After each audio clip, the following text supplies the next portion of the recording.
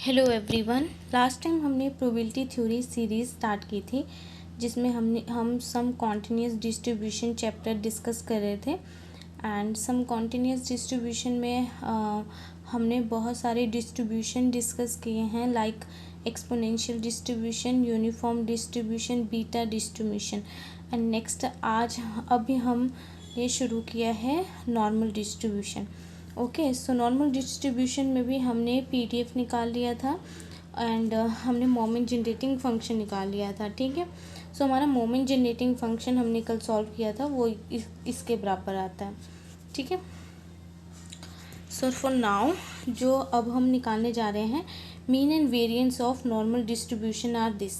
Okay, so mean जो है हमारा ए आता है एंड वेरिएंस जो आता है हमारा बी स्क्वायर आता है। ठीक है, तो हमें ये निकालना है। तो हम अब ऐसे सबके लिए मीन वेरिएंस निकालने का अलग अलग है मेथड, तो आपको ये भी ध्यान में रखना पड़ेगा कि मेथड वेरी कर रहा है। ठीक है, तो हम क्या कर रहे हैं, इसका मोमेंट जनरेटिंग फंक्शन से हम मीन निकालेंगे। ओके, सो मोमेंट जनरेटिंग फंक्शन हमने यहाँ तक निकाल लिया है। ओके, नेक्स्ट हम एम डैश टी निकालेंगे। ठीक है, एम डैश टी का मतलब क्या है कि हम क्या कर रहे हैं, डेरिवेटिव कर रहे हैं। ठीक है, फर्स्ट ऑर्डर डेरिवेटिव कर रहे हैं। ठीक है, अगर मैं आपको चलो बाद में बताती हूँ। ठीक है, तो पहले हमने एम डैश टी ले लिया। ठीक है, अब उसके बाद यानी हमने डेरिवेटिव करवाना, तो दोनों साइड पे हम डेरिवेटिव करवाएंगे। ठीक है, तो ये फॉर्मूला होता था ना कि आपके पास यहाँ पे एक्स है, बट एक्स के अलावा यहाँ पे कोई और टर्म है। ठीक है, सॉरी, ई की पावर।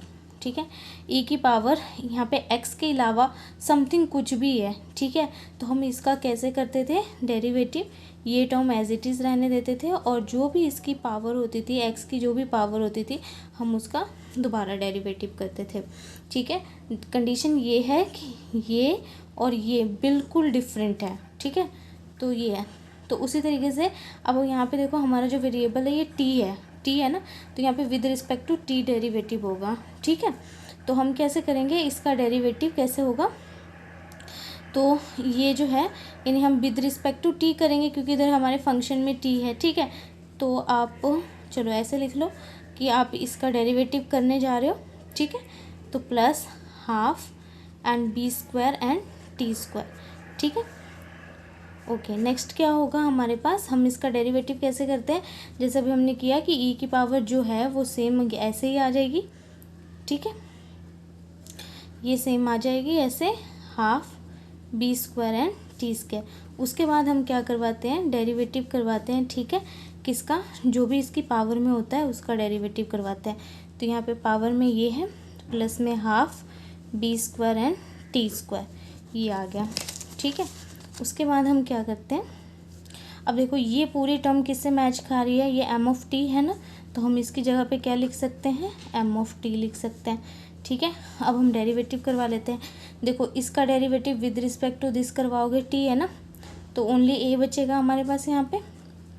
ठीक है, टी के होते हैं ना ऐसे कि जैसे हमारे पास एक्स का derivative with respect to X, ऐसे ये ए तो बाहर आ जाएगा और ये टी और टी अंदर चल जाएगा तो 1 हो जाएगा। ठीक है, तो इस तरीके से तो ए आ जाएगा। ठीक है, और आप अंदर जब इसका करवाओगे तो यहाँ पे क्या आ जाएगा आपके पास, हाफ बी स्क्वायर, और टी स्क्वायर का डेरिवेटिव क्या होगा, टी स्क्वायर का डेरिवेटिव 2 और टी पावर में से एक माइनस करवाओगे तो यहाँ पे क्या आ जाएगा 1। ठीक है, यहाँ से ये 2 से 2 कैंसिल एंड फर्दर हम इसको कैसे लिख सकते हैं, एम ऑफ टी और यहाँ पे a plus b square and t. ठीक है, तो हमारे पास जो हमारा एम ऑफ टी है वो ये आ चुका है। ठीक है, अब हम यहाँ से क्या निकाल लेते हैं, एम डबल डैश टी निकालते हैं। ठीक है, यानी कि जो जो हमारा आया है ये एम डैश टी आया है। ठीक है, उसके बाद हमें क्या चाहिए, दोबारा इसका हम फिर से डेरिवेटिव करवाएंगे। ठीक है, तो इसका भी डेरिवेटिव होगा, ये हमारा फर्स्ट फंक्शन है और आप इसको मान लो सेकंड फंक्शन। ठीक है, तो दोबारा डेरिवेटिव करवा रहे हैं तो हम यूवी रूल लगाएंगे। तो उसमें क्या था हमारे पास, फर्स्ट है function as it is and second function का डेरिवेटिव। ठीक है, प्लस हमारे पास सेकंड फंक्शन क्या होता था, एज इट इज़ रख देते थे एंड फर्स्ट फंक्शन का डेरिवेटिव। ठीक है। तो हमारे पास ये हो जाता था। तो हमारा जो एम डबल डैश टी आएगा वो क्या आ जाएगा यहाँ पे एम ऑफ टी। ओके, अब देखो अंदर डेरिवेटिव करवाओ, ये कांस्टेंट है, ये पूरी टर्म जीरो हो जाएगी। टी का derivative with respect to T क्या होगा 1 होगा, यानी यहाँ से आपको क्या मिलेगा ओनली बी स्क्वायर। ठीक है, और यहाँ से आपको क्या मिल जाएगा ए प्लस बी स्क्वायर और टी। ओके, अब देखो ये एम ऑफ टी है। ओके, तो आप एम ऑफ टी का डेरिवेटिव करवा रहे हो विद रिस्पेक्ट टू टी, तो हम इसको क्या लिख सकते हैं एम डैश टी लिख सकते हैं ना, तो ये हो जाएगा। ठीक है, ये निकाल लिया हमने। अब हम आते हैं अपने क्वेश्चन पे। हाँ, तो हम थोड़ा सा और सिंप्लीफाई कर सकते हैं इसको। तो हमारे पास ये एम डैश टी है, ये हमारा एम ऑफ टी है, ये हमारा बी स्क्वायर है। अब देखो जो हमारा एम डैश टी है, ठीक है, तो आपने एम डैश टी की वैल्यू निकाली थी ना, ये होती थी, ये होता था ना एम डैश टी की वैल्यू, अभी हमने निकाली थी। तो हम ये वैल्यू यहाँ पे फिल करेंगे एम डैश टी के जगह पे, यहाँ पे फिल करेंगे एम डैश टी पे। तो देखो ये वाली टर्म ये फिर से आ जाएगी, तो इसका क्या मिल जाएगा हमारे पास स्क्वायर हो जाएगा ये। ठीक है, और साथ में क्या आ जाएगा एम ऑफ टी आ जाएगा। ठीक है, अब देखो जो मेन बात है, ये तो चलो हम जनरलाइज कर रहे थे। अब जो हमारा मीन निकलेगा कैसे, तो मीन को म्यू से लिखते हैं। ठीक है, और जो हमारा मीन होता है वो हमारा एम डैश जीरो होता है। ओके, तो आप अपने एम डैश जीरो यानी कि इसमें जाओ। ठीक है, तो देखो यहाँ पे इस वाली इक्वेशन में ये हमारा मान लो फर्स्ट है और ये हमारी सेकंड इक्वेशन है। तो ये हम क्या कर रहे हैं इन फर्स्ट इक्वेशन। ठीक है, तो जो हमारी फर्स्ट इक्वेशन है इसमें देखो आपने एम डैश टी यानी कि आपने क्या किया, एम डैश यही था, टी की जगह पे क्या फिल किया आपने जीरो, है ना, कि और किस साइड पे लेफ्ट हैंड साइड पे फिल किया। तो आप राइट हैंड साइड पे भी टी की जगह जीरो फिल करोगे। तो फर्स्ट में फिल करो टी की जगह पे जीरो, ये ज़ीरो हो जाएगा, ये ए, और यहाँ पे ये जीरो फिल करोगे तो ये पूरी टर्म ही गायब हो जाएगी यहाँ से ये। तो आपको मिलेगा क्या यहाँ से एम ऑफ जीरो और ए। ठीक है, अब हम देखते हैं एम ऑफ जीरो की वैल्यू क्या है। ठीक है, तो देखो एम ऑफ जीरो कैसे निकलेगा, आप यहाँ पे जाओ एम और यहाँ पे जीरो फिल करोगे, टी की जगह जीरो फिल करोगे, इधर भी टी की जगह जीरो फिल करोगे, तो ये क्या बन जाएगा ई की पावर जीरो बन जाएगी ना ये। ठीक है, तो ई की पावर ज़ीरो बन जाएगी। तो हमारे पास जो एम ऑफ जीरो जो होता है वो 1 होता है। ठीक है, ये कहाँ से निकलेगा, हमें यहाँ से निकल जाएगा। समझ आ रहा है ना, यानी कि ये यही है, इसका मतलब ये है कि एम तो है, चलो ठीक है एम है, और हमें ये देखना है M only, M of T कहाँ पर अवेलेबल है। तो एम ऑफ टी यहाँ पे है, यहाँ जाओ, जब आपको एम डैश टी ये देखना है एम डैश वाली टर्म कहाँ पे अवेलेबल है, तो एम डैश वाली ये अवेलेबल है, तो इसमें फिल करो। ठीक है, टी की वैल्यू ज़ीरो, अब यहाँ पे एम था ना, तो एम वाली टर्म पे जाओ और यहाँ पे क्या है, फिर वहाँ पे आप टी की वैल्यू जीरो फिल कर दो। इस साइड पे देखो टी जीरो फिल करोगे, यहाँ भी जीरो, तो ई की पावर जीरो हो जाएगी और वो क्या आ जाएगा 1 आ जाएगा। ठीक है, तो हमारे पास ये इसकी वैल्यू एम ऑफ जीरो तो 1 होगी। ठीक है, तो 1 को ए से मल्टीप्लाई करवाओगे तो क्या आ जाएगा, ए आ जाएगा। तो हमारा ये मीन निकल गया। अब हमें क्या निकालना है, वेरिएंस निकालना है। ठीक है, तो वेरिएंस जो होता है हमारा एम डैश जीरो होता है। ठीक है, तो हम जाते हैं, अब आप एम डैश वाली रकम ढूंढो। एम डैश वाली स्टेटमेंट आपने क्या निकाली है, ये निकाली है लास्ट। ठीक है, तो आप इन सेकंड में जाओ। ठीक है, तो जब आप इस सेकंड में जा रहे हो तो यानी आपने टी की वैल्यू जीरो फिल करनी, इसमें टी की वैल्यू जीरो फिल करो, तो टी की वैल्यू जीरो फिल करोगे, ये ज़ीरो बी स्क्वायर प्लस, अब यहाँ पे टी की वैल्यू जीरो थी, ये पूरी टर्म जीरो हो जाएगी और ए का क्या हो जाएगा स्क्वायर हो जाएगा। ठीक है, और साथ में क्या आ जाएगा यहाँ पे एम ऑफ जीरो। ठीक है, अब यहाँ पे एम ऑफ जीरो अभी हमने कहा क्या होता है 1 होता है, तो यहाँ पे क्या आ जाएगा B square, M of zero again 1 होता है, तो ये ए स्क्वायर आ जाएगा। ठीक है, कोई गलत किया है क्या हमने, ओह सॉरी, जो हमारा वेरिएंस होता है ना वो माइनस ऑफ म्यू भी होता है। ठीक है, माइनस ऑफ म्यू स्क्वायर भी होता है। ओके, तो हमारे पास ये तो टर्म आ ही रही है। ठीक है, और माइनस ऑफ म्यू स्क्वायर भी करेंगे हम साथ में। ठीक है, तो मैंने चलो यहाँ भर दी। अब म्यू स्क्वायर, म्यू की वैल्यू कितनी आई है ए, और जो तो म्यू स्क्वायर की वैल्यू क्या आ जाएगी, ए स्क्वायर आ जाएगी। ठीक है, ये ए स्क्वायर से ए स्क्वायर कैंसिल, और ये हमारे पास बी स्क्वायर। ठीक है, तो हमें जो मीन था वो नॉर्मल डिस्ट्रीब्यूशन का ए होता था एंड वेरिएंस जो होता था बी स्क्वायर होता था। ओके, सो नेक्स्ट हम करने जा रहे हैं कॉम्युलेटिव जनरेटिंग फंक्शन।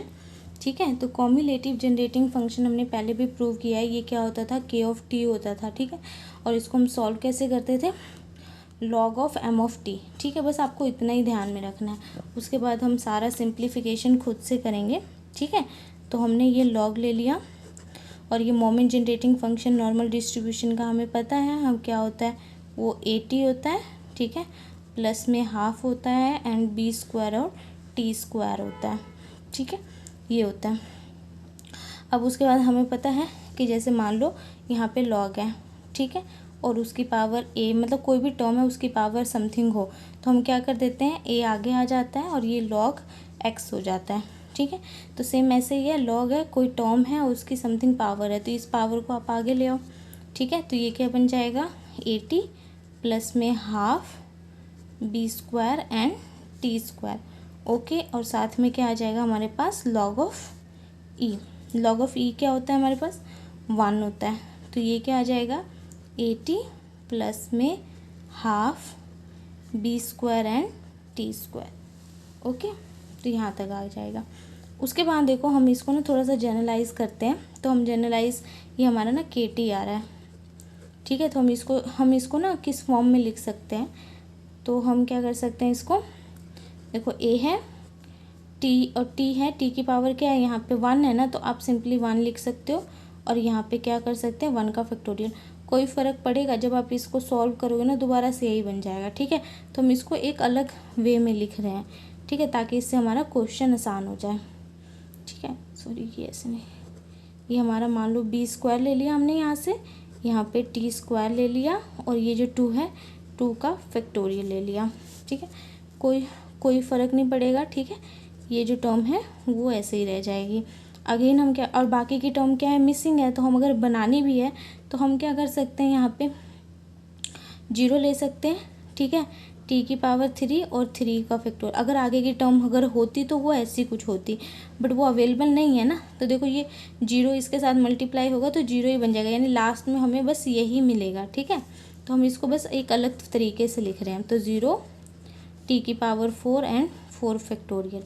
ठीक है, अब पता लगेगा हमने ये क्यों किया है, क्योंकि जो हमारा के टी होता है ना, वो के टी हमारा इस फॉर्म में होता है। देखो के यहाँ पे 1, ठीक है, स्मॉल के है एंड टी, और यहाँ पे 1 का फैक्टोरियल। ठीक है, ध्यान में रखना ये 1 ये 1 और ये 1, इसकी पावर 1। ठीक है, अगर दूसरी टर्म लिखेंगे तो वो क्या होगा, K2 होगा, ये 2 होगा और 2 का फैक्टोरियल होगा।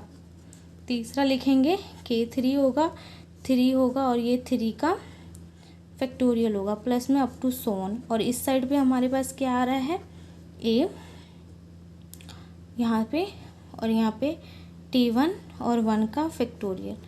ठीक है, यहाँ पे B टी स्क्वायर एंड 2 का फैक्टोरियल, प्लस 0 T3 का फैक्टोरियल एंड 0 T4 एंड 4 का फैक्टोरियल।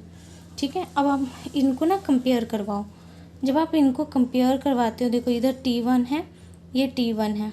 ठीक है, जब इधर T1 और T1 है तो दैट मीन्स K1 किसके बराबर होगा, A1 A के बराबर होगा। ठीक है, तो K1 किसके बराबर आ गया, A के बराबर। सेकंड टर्म क्या है हमारे पास, इधर ये है और इधर ये है, इनके कोफिशिएंट सेम है, तो हमारे पास K2 किसके बराबर हो जाएगा, B स्क्वायर के बराबर।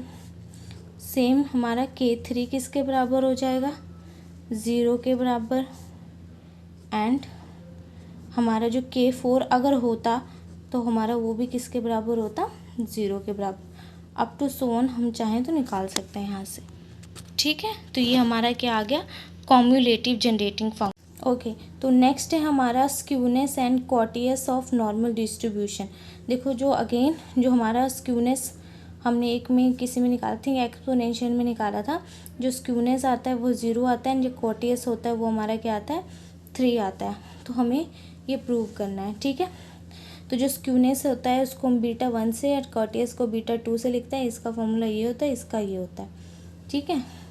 हर एक डिस्ट्रीब्यूशन में ये निकालने के मेथड अलग अलग है। तो इसमें जो होता है हमारा म्यू 1 होता है, ठीक है, क्योंकि देखो ये इस पर डिपेंड करता है। अगर हमें म्यू की वैल्यू पता चल जाए, हम इसमें फिल कर देंगे, हमारा आंसर आ जाएगा, ठीक है। तो जो हमारा म्यू 1 होता है ना, वो हमारा K1 के बराबर होता है, ठीक है। अगेन और फर्दर जो हमारा अभी हमने किया, जो हमारा K1 होता था वो किसके बराबर हमने किया था, A के बराबर, ठीक है। तो ये हो जाएगा। फिर जो हमारा म्यू 2 होता है वो K2 के बराबर होता है, और अभी हमने K2 किसके बराबर प्रूव किया था, B² के बराबर, ठीक है।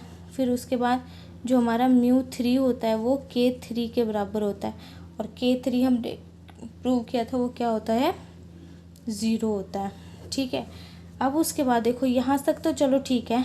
उसके बाद ना ये आपको लर्न ही करना पड़ेगा। जो म्यू 4 होता है ना हमारा, वो K4 प्लस में 3 K2² होता है, ठीक है। तो हम यहाँ से इसकी वैल्यू निकाल सकते हैं।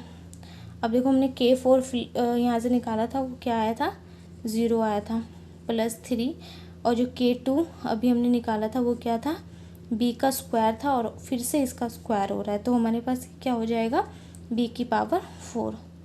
तो म्यू 4 हमारे पास ये आ जाती है, ठीक है। अब हम क्या करते हैं, सारी वैल्यूज़ को इस पर फिल करते हैं, ठीक है। मैं यहीं पे कर देती हूँ। जब हम यहाँ पे फिल करते हैं तो देखो हमें म्यू 3 चाहिए।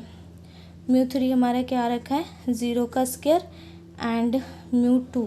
तो म्यू 2 क्या रखा है हमारे पास, B का स्क्वायर होता है, और यहाँ पे क्या बोल रहा है वो, उसका क्यूब बोल रहा है, ठीक है। तो ये फर्दर आप सॉल्व करोगे तो 0 ही आएगा, ओके। नेक्स्ट है हमारे पास म्यू 4, ठीक है। तो म्यू 4 हमने प्रूव किया अभी, वो किसके बराबर आता है, B की पावर 4, B की पावर 4, ठीक है। और जो म्यू 2 आता है हमारे पास, ठीक है, तो म्यू 2 अगेन B² आता है, और B² और उसका भी क्या हो रहा है, स्क्वायर हो रहा है। तो ये B4 हो जाएगा, और ये B की पावर 4, ये कैंसिल हो गया।